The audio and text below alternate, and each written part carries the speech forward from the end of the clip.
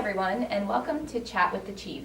I'm Marianne Firth from the St. Catharines Standard, filling in for your usual host, Bill Sawchuk. Joining me today is Niagara Regional Police Chief Jeff McGuire, who's here to chat with us about a few local policing issues. Jeff, thanks for joining us, as always. Yeah, good morning. Thanks for having me. I'm hoping we can start the conversation today with a topic that's been, chatted about quite a bit in the community recently. Uber. I know that Uber launched in Niagara last month, and there have been some concerns at the policing level. Maybe you can tell us a little bit about where the Niagara Regional Police stand when it comes to the ride-sharing program. Sure. It's first of all, what people need to know is that the licensing of taxis and tow trucks and all kinds of different things, excuse me, is the responsibility of the regional municipality. Here in Niagara, the municipality has delegated that to the Police Services Board, and then so thus obviously the police become involved. So the board is actually responsible, the Police Services Board, for developing policy and following the rules and enforcing through us the enforcement of the rules for taxi cabs and limos and buses of certain types and all those types of things. So now with Uber coming in, a new service, the board has to determine, where do they fit. And then currently, after they've had a number of discussions at the licensing committee, and currently, if they are operating here, they are operating outside the rules. And we do have people, unfortunately, we have to put resources to this. But we will be, we'll be looking at any complaints that we get from people. We'll also be conducting some investigations of our own. And if we find people that are Uber operators operating outside the taxi bylaws, then we'll have to be laying some charges. Now, what does that mean for the customers of the company? Are there certain concerns that you may want to let them know about before they decide to use the service? Yeah, I think there's been a lot in the news already. There's been some concerns about, one, that the inspection rules on the vehicles, we don't know how safe they are. We don't know anything about the background of the drivers from a policing standpoint. It may be safe when you get in, but the other point is you don't know. The other issue is when we go back, if we have to do an investigation, if it's through a licensed cab, then we can go back to the cab companies, we can go through that and get data and get information on who the drivers are, what the issues are, whether they're properly licensed, those types of, whether they're properly insured. Right now with Uber, we can't do that. So they are operating outside the bylaw. And maybe someday they will be enveloped within part of a bylaw, and they'll be permitted to operate. But right now they're operating outside the rules, and we can't. As an enforcement agency, we don't have the option of selecting which rules to enforce and which we don't. Right. Now I know they haven't been operating all that long in Niagara, but have you received any complaints as of yet that you're aware of? Yeah, I don't know, to be honest with you. Our licensing committee we do have an officer who is assigned specifically to that to manage all the licensing pieces. And so we'll be working with him, and if people, I don't doubt there are people that are using it and don't have a complaint. But when it does happen and it comes forward, and when we see people, if we have to do operations to determine, make calls ourselves maybe and find out people that are operating illegally, then we have no choice right now until such time as the law is changed to enforce the law. And we've seen a lot of. Interestingly, my position is I would have liked to seen, excuse me, I would like to see this whole responsibility returned to the region. Frankly, the licensing piece and the policy. You look at all the major cities. Toronto is handled by Toronto City Council. It's not handled by the police chief. Right. So it's something that's been delegated to us, which I frankly don't. Right now we'll do it, obviously, because it's in our hands. But I would like. I've asked our board to take a look at some efforts to get it back to the region where it belongs, so it's handled by people that are in that business. Yeah. Can you just elaborate a little bit about why you'd like to see? Why you'd like to see it move back to the region? Yeah, well, I mean, there's a lot of talk about the cost of policing, and although a lot of the work that we do in the licensing is a wash through, it does take a staff sergeant off, or a sergeant we have who assigned to that, the work that we have to do. And the development of policy is in the hands of the Police Services Board. In my view, that's not really their role. That's the role of the municipal government. So I just think it's work that should be in its proper place, should be handled by the municipality. Do we know what the next steps are going to be? Looking at either changing the bylaw or like where do we go from here when it comes to Uber? Because it seems for now they're here. So. Yeah, well, I think our committee, our licensing committee, is still working and looking at it. They meet again in January. They've asked for some legal advice, and I expect that they'll be consulting with. We've heard from taxi companies who've made presentations. People who are properly licensed and working within the bylaw. We've heard from yesterday at the board meeting. We heard from a gentleman from the United States who's an expert in transportation. I'm not sure. At the end of the day, I think he was just kind of saying it's coming, so you should think about developing some policy. But I mean, and again, that's the kind of thing, my view, shouldn't be in the hands of the cops, through the police service. It should be in the hands of the lawyers at the region. But we'll see where it goes. So the next meeting is in January, and I'm sure they'll continue to look at it. Perfect. All right. Look forward to seeing where we go from here. Yep. Now, just switching gears a little bit, I'm hoping to talk a bit about an incident that happened yesterday regarding a suspicious package at a Welland Avenue Plaza in St. Catharines. Hoping that you can just tell us a little bit about the protocols when we receive a suspicious package call, and what defines a suspicious package? Well, suspicion, really. Yeah. As silly as that sounds, it's something. You'll see something that seems to be out of place, and I think, in fact, last time I came here to do this discussion with you, I think we had a couple right downtown here the same day, or did we do that or after that when I left here? Somebody left a briefcase right on the corner of my lawyer's office, sitting on the porch. Nowadays, unfortunately, you just don't know what they are, and it's not as simple. Sometimes it is simple. We can go up and have a look, but oftentimes, it's not worth that risk because you never know what's in there. So yesterday, as I understand, it was something near a phone booth, I believe, near a phone in a public place. Somebody thought it was suspicious. Our people come out and take a look, and then we have bomb disposal experts and a robot, so that we don't have to risk life. We can send a robot in and have a peek, and they're equipped with some equipment that can actually blow it up themselves if they need to from a distance, all remotely, so safety. So it's a challenging, changing times. I mean, we encourage people not to be complacent all the time.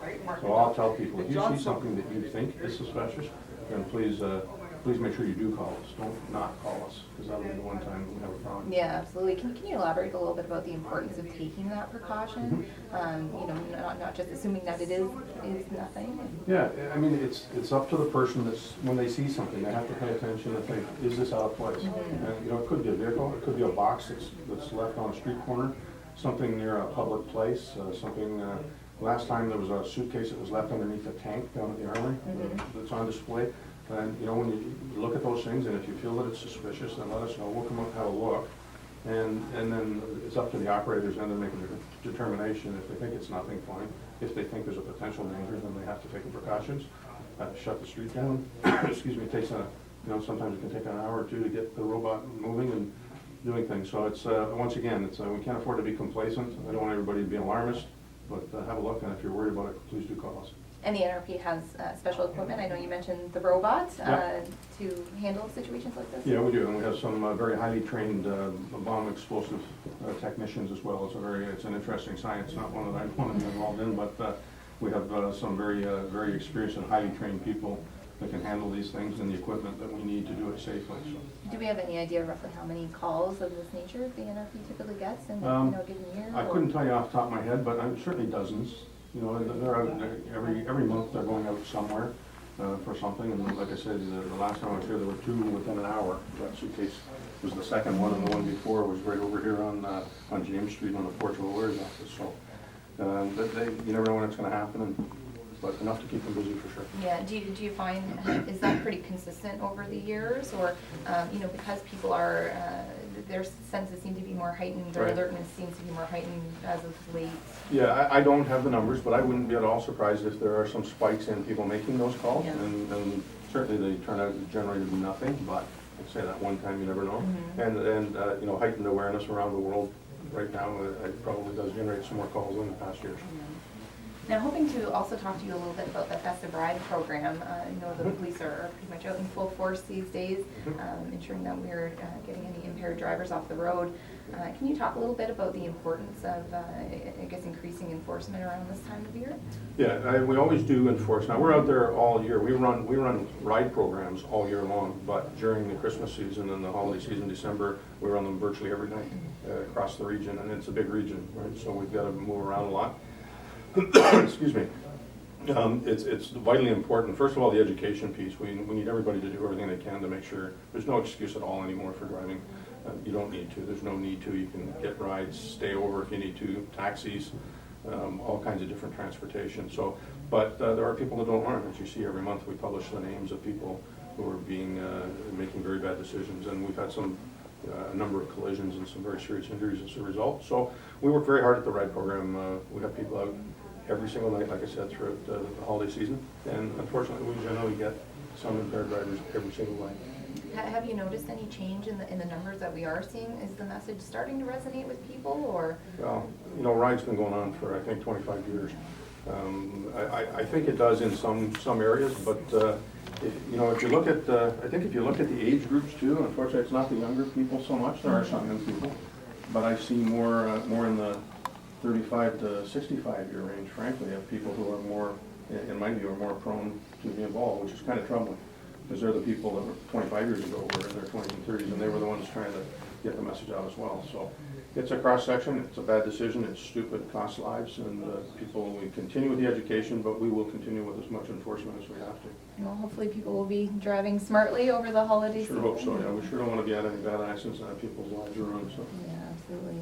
Now, this is our last chat with you for 2015. Hoping you can tell us a little bit about, I know it's hard to summarize a whole year, but kind of what the biggest accomplishments were for the past year, and maybe what some of the biggest challenges were that we faced. Yeah, I think, accomplishment-wise, we've moved a long ways along our preparation for our new facilities. The new headquarters will be in there in June of next year. We've started finally. Started working on the site at Geneva and Welland to build a new St. Catharines station, which has been about 15 years in the making. Long overdue. So those are huge accomplishments.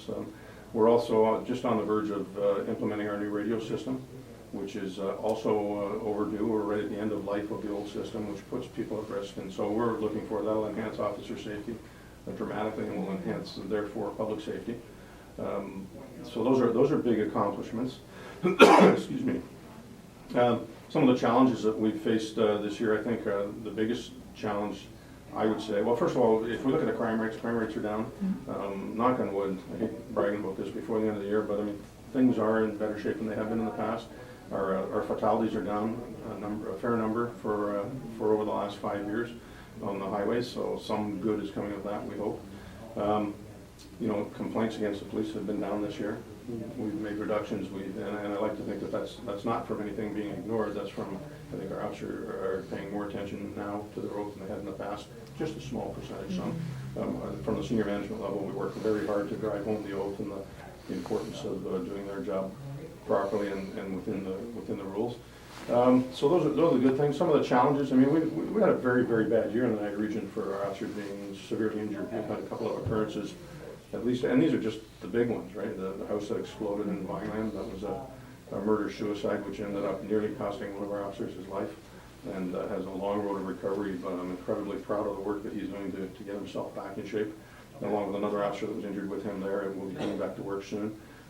We had the shooting up in Fonthill and Pelham, I mean, just on Thanksgiving Day, no less, the day before Saturday night, I guess, and it's just, it's kind of, everybody says, that stuff doesn't happen here. I'm like, what's going on? I'm getting calls from my friends in Toronto going, what's going on in Niagara? And I tell everybody, it just drives home the response is that these aren't geographic occurrences. It's not because of where you are. They're human behavior occurrences, and it can happen anywhere. So those are the challenges that our cops face. But had a lot of bad stuff, in relation to injuries. We've had that whole cheese caper that's been over our heads for 3 years, and fortunately, I believe that's behind us now. The last officer has been dealt with appropriately by the courts, and so we can move on from that and put it behind us, and continue to work hard to rebuild trust. And as an organization, we're looking forward to doing what we can to assist with the Syrian refugees that are going to be coming into the Niagara region. Very important from our perspective that we, the government has chosen to welcome them, and we look forward to them arriving. But from a law enforcement perspective, it's important that they hear from us so they understand, what is law enforcement, what do cops do in this country, because they often come from countries where they don't have, or they live in fear of people in uniform, perhaps.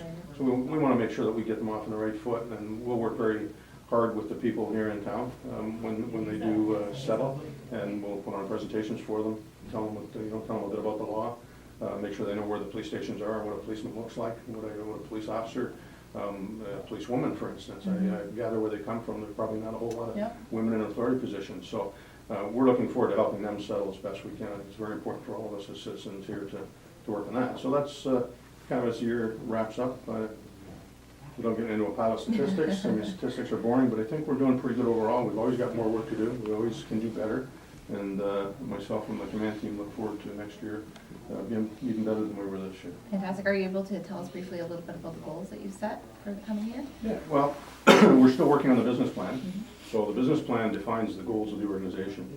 And so we're hoping to have that in place. The current business plan actually expires at the end of the year. Doesn't mean we stop working, obviously. But we're in the process now of working with the board. It's the board's responsibility to develop the business plan. And that we're working with them to set those goals. So they'll be around, often the broad topics at the top of 4 or 5 goals are pretty similar. Dealing with victimization and serving vulnerable communities and those types of things. Our facilities is one of our goals that we have to pay attention to because it's an incredible amount of tax dollars. And additionally, we need to look to the future. The cost of policing is a strain on the taxpayer. We know that, and we know that we have to look towards technology or different things to find ways perhaps to reduce the cost as best we can. But at the end of the day, I have a excuse me, I have a mandated responsibility under the Provincial Police Services Act to make sure that we deliver effective and efficient policing services, adequate and effective policing, so that all communities are safe. And so I can never ever allow us to reduce cost if it's going to impact our ability to keep safe communities. So it becomes quite a struggle to make that balance. It is expensive, but we are a necessary entity in safe communities. We want somebody to show up when you call 911, even if it's at one time in your life. We need to have people close enough and in the right proper train and proper equipment to come and help you. And we see that day by day. So. Fantastic. Well, we look forward to hearing more about those projects next year. Yes. Thanks again for joining us, and hopefully we'll be seeing you back here in January. Yes, we will. I look forward to it. And I just wish all the citizens a Merry Christmas, a Happy Hanukkah, Happy Holidays, whatever it is that you celebrate with your families and your communities. And I'm certainly very proud of the work that the community does across Niagara. Very, very well, close-knit community, welcoming and helping each other. You really see that, particularly this time of year with the food drives and community care and all the groups that we work with as well. It's a great community, so we'll look forward to next year. Perfect. All right. Well, thank you again to our viewers for tuning in. This is our last chat with the chief for 2015, but we will be back in January. All right, that's good. Okay. Thank you again. Thank you. Bob, you okay? You got my water. I start.